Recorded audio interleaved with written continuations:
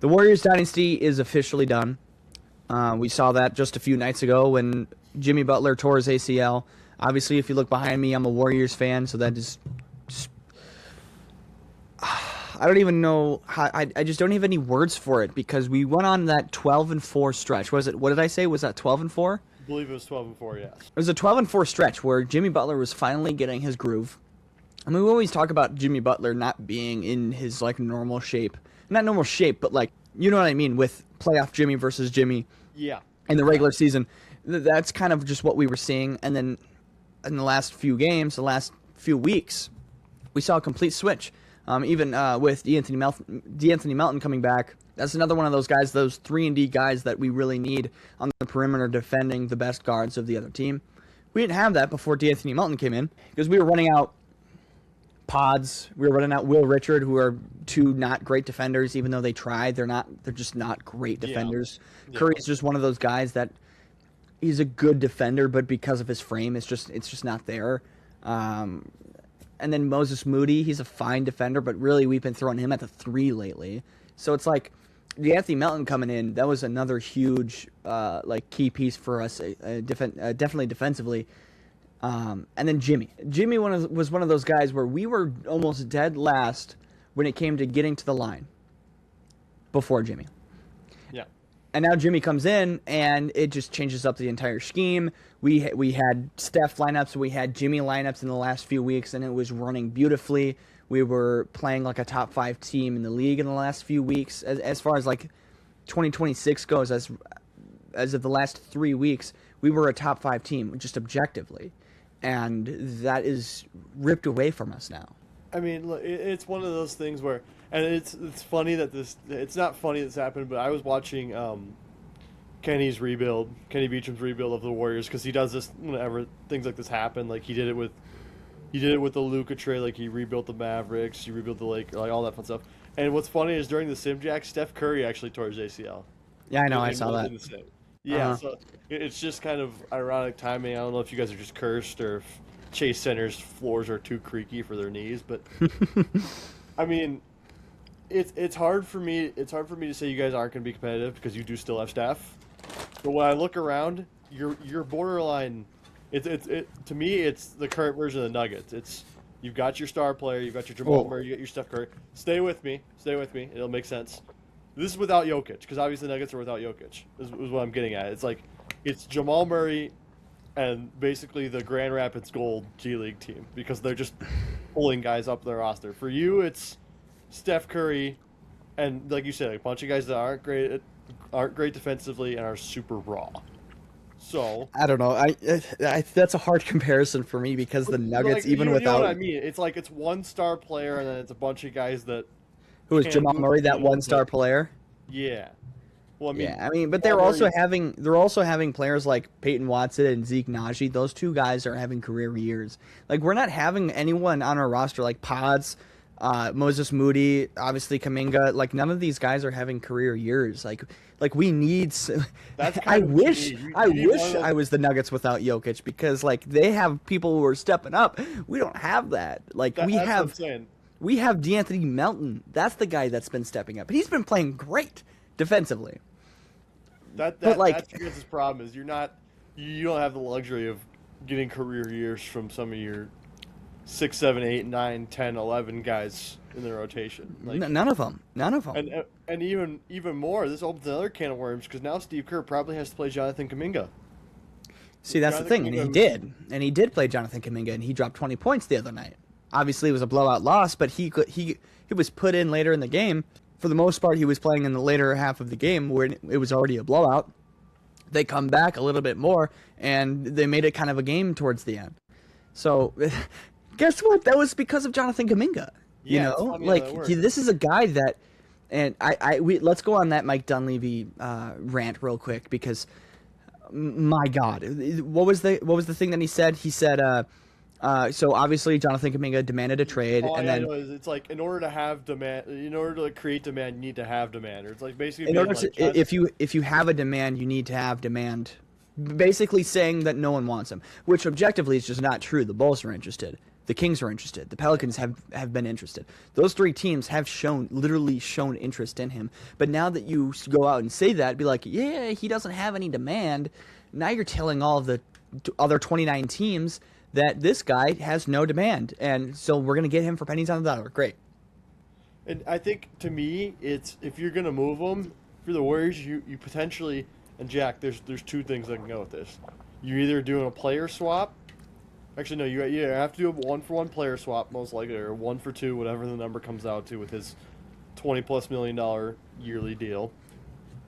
And then you need to package whatever picks that you get, because you're going to hope you can get maybe a second or a first in a couple of years for him, maybe for post-Steph, whatever that looks like.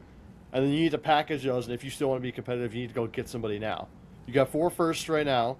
If you're going to get a pick back in the Kuminga deal, that's got to go in. That's got to go into a different deal, and you roll that over, and you've got to go get somebody. I don't know who that is. Do you have any ideas as a Warriors fan? Here's the thing.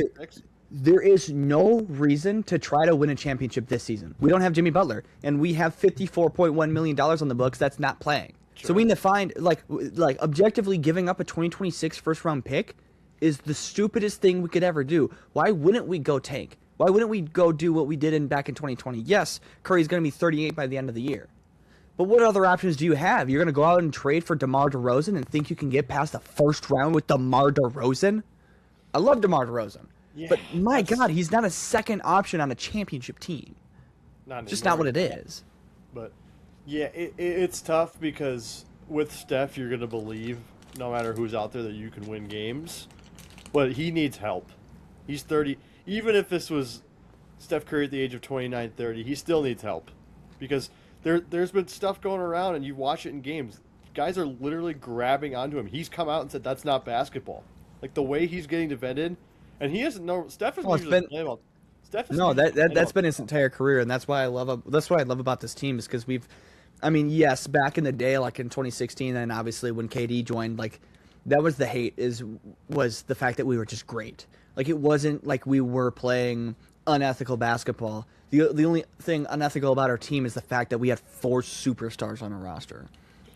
And I think, to me, it's one of those where Steph doesn't complain about a ton. You don't see Steph in the media for complaining about a lot of things the way you see other players complain about a lot of stuff. Like there was a college coach who complained about the travel schedule. That's a whole other conversation. We'll get into that a little bit later. But it's one of those, to me, where the fact that he's actively saying something now there's a problem. Like, because he's been getting guarded this way for 20 years, but also the other side of that, why is it just now a problem? Why is he just now saying something in year 17? Year 18?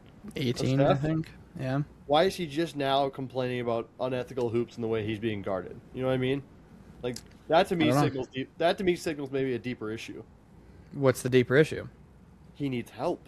Like Jimmy, he needs more help than what Jimmy's given. Like, what does that have to do with the help? Like, that's just how the defenders are guarding him. You have to, if you have that player with that kind of gravity, you need to find a way to reduce that gravity as much as you can. You need as many options as you can. Now, again, it's easy for me to say that in a world where salary caps and money and all the second aprons. Yeah, all the restrictions with the salary cap, the first and second apron don't exist, but you need as much gravity as you can get with him. Now, that said, that's a moot point because that's a fully functional Warriors team. I'm with you on the tank. I'm going to be honest with you. Not tank, but if you guys suspiciously miss the play-in, I don't think that's all that bad. Yeah, you're burning a season of Steph's career, but at this point, what do you? What else are you going to do? Would you rather lose in the first round and get a higher draft pick or a lower draft pick, or start losing some games here and get a top 10 draft pick? I mean, like, what would you? I mean, think about it. So, Trailblazers, that's a team that could easily bump them up. They're about a game and a half behind. The Clippers have been kind of on a renaissance the last few weeks. The Grizzlies aren't as bad. Clippers are playing really well. That's a whole other. They're doing really great, and they're going to be in the playoffs. They're probably going to be the 8th seed by the end of the season. That's insane. Dallas Mavericks even they've been playing well as of late. And I think currently we are losing to them. Yeah, it's a close game, but regardless. If you guys were in the East, I would sit here and say you need to go make a trade and try to stay competitive because the East is more wide open. But you're in a West where you've got the Wolves. The Nuggets will get Jokic back at some point. The Thunder still exist, right? Wemby and the Spurs are balling. There's 4 teams. Those are probably your 4 semifinal teams if I had to pick them today, right? You're not beating any of those teams in a 7-game series. If you can finagle even a Keegan Murray, I mean, that's not really possible. I don't think they would be willing to do that for a Jonathan Kuminga. But, like, I know the Kings are interested. What are we going to do? Go out and trade for Malik Monk and Dennis Schroeder again? Like, are we going to run back Dennis Schroeder for the second time? I mean, like, this Kings thing is just not really intriguing to me because all of their intriguing players outside of Domantas Sabonis are guards. We got 30 of those. Like, we have Curry, Moses Moody, Buddy, Pajemski, Melton, Gary Payton II, Seth Curry, Will Richard, tall people. Pat Spencer. You need tall people. We need a fucking center. Like, yeah. I've been asking for this for 10 years. Like, 10 years. Ever since we had Bogut. Like, that was the last, like, real center that we had. I mean, hypothetically, and again, I know obviously nobody would take him, but are there 3 teams off the top of your head that would take on an inner Jimmy? Because we've seen all the time that players, Jack, get traded to different teams all the time to rehab and just get a fresh start, and you want to get them off the books and move on. That said, if you were to move on for Jimmy, I don't know anybody who would be dumb enough to take him at this point. But what are 3 teams that you could see the Warriors trading Jimmy to just to maybe recoup some assets and maybe reload a little bit? One team that comes to mind specifically, and I don't know if I can name 3 teams. Name as many as you think are realistic. Dallas Mavericks. I mean, Rich Paul is someone who, when Anthony Davis was in a Pelicans jersey, he said that Anthony Davis wanted out because he wants to play for a championship roster. And then, what do you know, less than a week later, he gets traded. So, obviously, Rich Paul has a little bit of power in a sense. So that could be something. Their money matches up perfectly at 54.1. Both teams are over the second apron, so you have to match the money completely exactly. Yep. And that's exactly what it is. Anthony Davis is making 54.1. Jimmy Butler's making 54.1. Just do a 1-1 swap. You get off of day-to-day Davis, and you get someone who isn't injury prone, but has torn ACL, and he'll come back and he'll. Essentially, that type of trade is a mentorship for Cooper Flagg. That's the one reason why the Mavericks would want to do that. I mean, let's talk about this realistically, and this is easy for us to say sitting here as not high-level athletes. How many productive years does Jimmy have left? Let's say he doesn't tear his ACL, and we're not talking about this right now. Are we going to say Jimmy's got 2 to 3 more productive years in him? That would put him in his age 39 season? I mean, it's hard to say because usually that is what kills these older guys is when they do get injured. So, I mean, they could go on for however long they need, but if they're not getting injured, they're going to be perfectly fine. Like the 40-year-old body can handle being super athletic still, but usually when someone has been playing basketball for 15 years, you've been putting a lot of wear and tear on that body. So it's just kind of dependent on his knees. It's a lot of miles. Yeah, it's just dependent on how many miles you got. So I could see Jimmy Butler playing for 3 more years and being a real contributor to a championship roster. Now, second option, probably not in 3 years, but I mean, we've seen crazier things happen. Let's say he's got 2 years left. We'll burn a year for rehab. Let's say he's got 2 productive years left. If you're the Mavericks, me personally, if I'm the Mavericks, but he doesn't have those years left. He tore his ACL. But I'm saying once he rehabs, does he have 2 more productive years in him? He doesn't. He's ready to go. He doesn't. You don't think he does? Not to the level. He's not going to be averaging 20 points a game, getting to the rim. The amount of times that he got to the rim, He doesn't need to. If he can give you 10, that's 5, absolutely. 5. But the thing is that's his game. That's his game. Is those like hard nosed types of plays, where he can slide his feet and get into a physical type of matchup when someone's trying to drive to the rim, or on the opposite end, if he's driving to the rim, like he can take that physical type of contact. That's Jimmy. That's Jimmy as we know it. That's Jimmy for the last 15 years, and that's not going to be the Jimmy for the foreseeable future.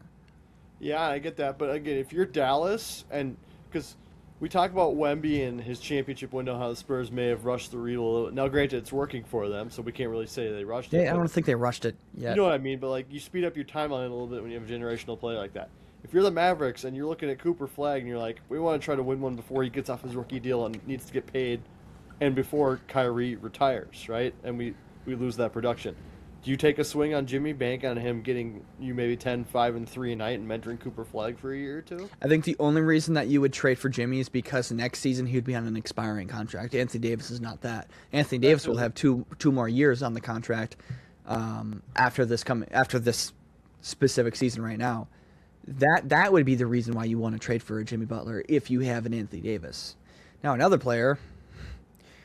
team that. Well, actually, no. I was gonna say the Sixers, but then I forgot that Jimmy already played for the Sixers, and Yeah. that was. I would say the Heat, because then he could just retire in Florida when he's done. Oh God, no! Oh my God, that might be worse than the. No, if anything, That's here's purely, another that's team. purely for palm trees and beaches. At that Yeah, point. he can go to Orlando if he wants to do that. Could you imagine There's him one in more a team. Magic, you imagine him in a Magic jersey, bro? You know how weird that would look? They look awesome. Here's another team. You're gonna trade Jimmy Butler back to the Chicago Bulls. That is another team that I could definitely see if we were to trade him, which he is on the table. They're not gonna like go out and like really try to trade him. They're really more thinking of Jonathan Kuminga. But if you were gonna trade Jimmy Butler, it would be to the Mavericks, and you go out and get an Anthony Davis, even though he might not even play the rest of the season, but he'll be back ready for next season. Jimmy Butler's not going to be that. He most likely won't be that. That, or you trade him to the Chicago Bulls, and you put him on the roster where he started his career with, and you look at that roster and you see a lot of expiring contracts. You see Zach Collins, you see Nikola Vucevic. You might have to take on the Patrick Williams contract. But again, I mean, we were both talking about that Kenny Beecham episode. What happened with Patrick Williams that episode? You remember? I didn't get through the full thing. They turned him into a competent player. They turned him into a really not star caliber, but a starting caliber type of player who was had like a 95 overall 3-point shot. Oh I mean, it's 2K. It's 2K. But think about it. Like, obviously. if you bring him into a team where if he does fit, he is going to have a sweet role, and he's going to be the replacement for Draymond Green. So it would be Vucevic, and it would be probably Kevin Huerter and Patrick Williams, and that would bring them. That should bring them money to work because Vooch is Warriors need to cut 3.3, so let's say like Guy Santos or something. Pajemski. No, they don't even want Pajemski because Yeah, they have their Pajemski in Josh Giddey. They don't need two curly-haired white boys who can't play defense. I don't want to give up Guy Santos. I don't want to do that. And Well, also, we need to cut 3.3, so it needs to be Al Horford or Brandon Pajemski. So we can throw in an Al Horford if we're going to get Vooch. If they're asking for Vooch, they'll probably ask for Al Horford back just for maybe center play. And boom. Yeah, because if you're getting rid of Vooch. So Warriors receive Nikola Vucevic, Patrick Williams, and Kevin Huerter. In return, the Bulls get back Jimmy Butler, and they also get Al Horford. Who says no? Probably the Bulls, again, because I don't think Jimmy fits their timeline. But at the same time, Jimmy could mentor those young guys because the Bulls are probably the top 5 youngest rosters in the league. It's like Vooch and a bunch of young guys. I mean, think about it, though. Like, you're kind of getting Jimmy Butler for free. That's what I'm saying. It's like, who doesn't want something free? You got Nikola Vucevic, who is probably going to leave in free agency. Kevin Huerter, he's on an expiring contract. He could easily leave, too. And then you're getting rid of that Patrick Williams contract. I mean, like, why not? That's what I'm saying. As for the Warriors, it's I don't know. almost on the Patrick Williams thing. It's almost like the Keon Coleman comments the Bills made. It's like, yeah, we might not like him, but it is our job to develop him and give it our best shot to be able to say that we tried to develop this guy and it didn't work. Yeah, You know what I mean? absolutely. It's like, And now that's the what- Warriors will put on that role. that's what I'm saying. That's what the NBA is. It's like no matter who's on your roster, it's your job to develop them in some capacity, so they can be a functional NBA player later on. Like Jaime Jaquez, if he ends up somewhere else other than the Heat have done such a damn good job developing him that he's going to be a functional. He's going to be a Mike Miller type for the next 10 years, for all we know. You know what I mean? Who knows? It could be that route. I mean, I think for the Warriors, it's kind of home run because you're trading a guy that just tore his ACL when he's like 36 years old, 35 years old. Like, he's not going to come back the same guy. And now you get size. I mean, objectively, you have size. You have Patrick Williams and Vucevic. I mean, we've been talking about Vucevic to the Warriors for years. Yeah. We've been talking about that for at least 3 to 4 years. Yeah, and it's even funnier. It's even funnier to me because, like, I don't know, just like that would be the most Bulls move of all time, right? It'd be like, hey, we're gonna get Jimmy Butler to mentor all these young guys, and we're gonna go try to contend in the East. When objectively, he's just gonna be there to go on a retirement tour and play the next couple of years. And also, it's even funnier because Jimmy Butler came out and said, the reporter asked him, he's like, there's a question, something related to old age. Jimmy goes, "I'm not old," and then I quote tweeted that with a screenshot of him being 36. So it's really funny that weeks after he says he's not old, he tears his ACL. Now we're talking about his career potentially being over. Essentially, I mean, I'm not saying that he's not going to be an NBA level player. I mean, but his productive days. It's not that he's not going to be he's not going to be completely useless. Jimmy Butler, how we know it, is gone. Yes, that's it's what just I mean. now gone. The version we had of Jimmy Butler before 72 hours ago is gone. Right? And that's why the Warriors go out and trade him. Because you need to look at it, and I love Jimmy Butler, and obviously I know that you hate him, but like, this is a guy that really revamped this roster after a few bad years after our last championship. I mean, when Jimmy and Steph are on the court together, we are almost unbeatable.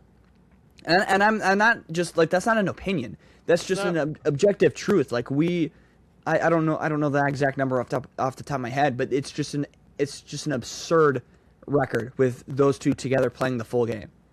Yeah, I obviously don't like Jimmy, but I can't sit here and say he's not productive, right? He's been productive.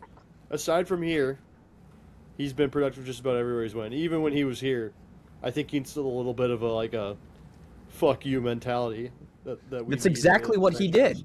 That's exactly what he did. And it's the way he went about it was probably a little bit aggressive, but it's also what was needed because we were kind of a soft org. So I think that's kind of what it would be. It's like Jimmy will help you create an identity as a mentor, even if he gives you 5 and 2 in 10 minutes off the bench. He's still gonna help you create an identity because he's been in the league for 15 years. And that's the big difference between Jimmy Butler playing for the Wolves and Jimmy Butler playing for the Warriors. I know you always try to tell me that, it's going to end badly because of what happened in Philly and what happened in Minnesota, but these are really two different. Man. It is a trauma response, but objectively, it's like, okay, look at what the Wolves had. They were a young, soft roster. That's what they were. It's just objective. They were very talented, but they were a soft roster. Now, like you need him to come in and get in, pretty much cultivate a culture. Now Jimmy Butler gets traded to the Warriors. We could talk about culture when it comes to the Golden State Warriors, our 4 championships. We have culture. So now he comes in and he can be a Robin at his age. That's like the best case scenario for him. He's just flourishing in that role. And then he tears his ACL. Yeah, and Bean just chimed in about like Jimmy demanding results, and back to the culture thing. It's like Jimmy's culture, along with the fuck you mentality, is like, we're going to get something done, and we're going to get something done in year 2 or 3 instead of year 5, 6, or 7, right? Yeah, and that is the difference between Miami and Golden State. I mean, granted, yes, they did get to 2 of those finals, but the years that they didn't get to the finals, I mean, those years ended poorly. Now, for the Warriors, the only reason why we didn't get to the Western Conference Finals is because Steph got injured. Yeah. Yeah, you agree with that? The Wolves fan agrees with that? Yeah, but we still beat you, so we still beat you, so suck it. Yeah, you beat. Suck it, Wolves back. We're better. We literally didn't have a top. We literally did not have a top 10 player of all time on our roster. We literally didn't have a top That's why 10 you player beat us. on our roster. Which is really depressing because when I was at the game, I've said this before, but I didn't even know he got injured until I looked at Twitter. Like, cause it happened after like a few possessions. Because he was just like kind of grabbing at his hamstring. It's like the Bo Nix just gradually got worse. It's like the Bo Nix ankle injury. You don't realize he was injured until you check Twitter. But Yeah. With that in mind, Jack, what's the as we wrap this one up? What's the verdict on the Warriors here? The verdict is if you can trade Jimmy Butler and get something in return, I would do it because A, you get something in return, and you also have something moving forward for this season and potentially the following season, especially if you get a young player at that, if that's even possible. Patrick Williams is one of those guys that he's 24 years old. He's a young player, but he's a bad contract, so that might be one of those guys. If you don't get rid of him, you need to tank this season. Why wouldn't the other side needs to be the tank? Yes, you trade Draymond, you trade Jonathan Kuminga, you get rid of those guys, and you just have a new roster. You give up on what we had, and move forward for next seasons for when Jimmy Butler is back, and try to find the best contracts that you could possibly get. Michael Porter Jr. is not on the table anymore. I mean, he really wasn't ever on the table. And there was like a little bit of a discussion, but neither side was like super urgent. Like the Nets weren't super urgent to get off of him. We weren't ever super urgent to get him. The Brooklyn Nets don't want Jonathan Kuminga. They've already said that. So they would have to bring in like a third team, and it would just be a mess. But if you're going to keep Butler, we need to tank this season to get a draft pick. And this time, let's actually hit on the draft pick. Can we do that? Can we not draft James Wiseman next season? This draft? Seriously. No, seriously. Like even if we had the first overall pick, we wouldn't have drafted Anthony Edwards. Steve Kerr said that. So it's like, can we draft well? Which is crazy because when we had Bob Myers, who did Bob Myers draft? Tell me who he drafted. Wardell. He drafted Wardell. He drafted Klay Thompson. He drafted Draymond Green and everyone surrounding. Mike Dunleavy comes in, and guess who he drafts? He drafts a James Wiseman, a Pods, Jonathan Kuminga. I'm no genius, Jack, but it's almost like when a generational talent is in the draft, you should maybe take that generational talent. Or just like not hire Mike Dunleavy. I don't know what happened. Did Bob Myers? I guess I didn't know this, but did Bob Myers leave on his own, or did we not want him? Because if we didn't want him, which I doubt, that's right. I do remember that. Yeah. So, again, for those of you that are confused, our producer Bean, who's out he's been ruled out. He is day-to-day with wisdom teeth removal. He just chimed in and he talked about Bob Myers leaving on his own accord after 12 years because he didn't want to make the hard decisions like, again, moving Klay and just kind of restarting with Steph and a bunch of unknowns. Yeah, I forgot about that. That is true. As of right now, Warriors forward Jonathan Kuminga will not return to tonight's game with left knee soreness. This is bullshit, dude. Yay! I mean, just say that you're resting because you're about to get traded. Like, why do we have to say? It's just. It was kind of like when Kobe White was out like a Tuesday night for injury management, and all the comments, including myself, just for fun, were like, "He's a Timberwolf tonight," right? So yeah. It's like things like that. It's like players leaving games seriously, but.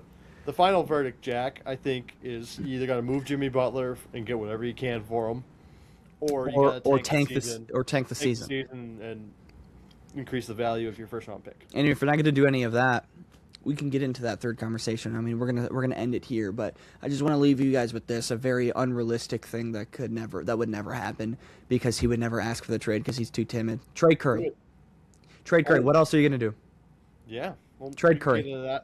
That's another episode for another time. Yeah, he's never going to ask for it. Yeah. But it would be good for Curry. It would be great for Curry to go to a roster where he can compete for his 5th championship and get over LeBron James. And it would be great for us because we'll have a future. Because if we don't get assets from Curry, what are we doing? Yeah. What are we doing?